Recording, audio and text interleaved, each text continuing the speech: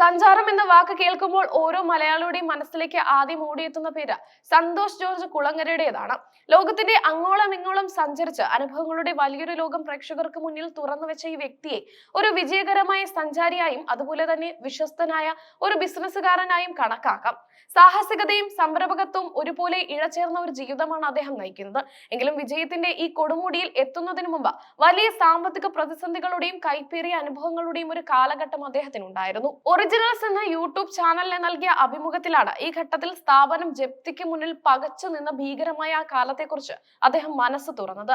അദ്ദേഹത്തിന്റെ തുറന്നു പറച്ചിൽ ഏതൊരു സംരംഭകനും ഒരു പ്രചോദനമാണ്. പലിശയ്ക്ക് കടം വാങ്ങി സ്ഥാപനം മുന്നോട്ട് കൊണ്ടുപോയ അത്രമാത്രം കഠിനമായ പ്രതിസന്ധികളെയാണ് അന്ന് തനിക്ക് നേരിടേണ്ടി വന്നത്. എന്നാൽ കഠിനാധ്വാനത്തിലൂടെ ഈ പ്രതിസന്ധികളെ അദ്ദേഹം മറികടന്നു. 2003-4 വർഷം വരെ നീണ്ട നിരന്തരമായ പരിശ്രമങ്ങളിലൂടെ മാത്രമാണ് തന്റെ പ്രസ്ഥാനങ്ങളെ ബ്രേക്ക് ഈവൻ എന്ന നിലയിലേക്ക്, അതായത് ലാഭനഷ്ടമില്ലാത്ത അവസ്ഥയിലേക്ക് എത്തിക്കാൻ അദ്ദേഹത്തിന് സാധിച്ചത്.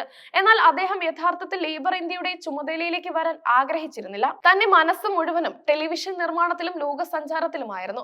ആകാശവും ഭൂമിയും അടങ്ങുന്നതായിരുന്നു തന്റെ ലോകം. എന്നാൽ ലേബർ ഇന്ത്യ എന്ന കുടുംബ സ്ഥാപനം വലിയൊരു പ്രതിസന്ധിയിലേക്ക് കൂപ്പുകുത്തി. തൊഴിൽ പ്രശ്നങ്ങൾ, സാമ്പത്തിക അച്ചടക്കമില്ലായ്മ, കാര്യക്ഷമതയില്ലായ്മ തുടങ്ങി നിരവധി പ്രശ്നങ്ങളാണ് ലേബർ ഇന്ത്യയെ തളർത്തിയത്.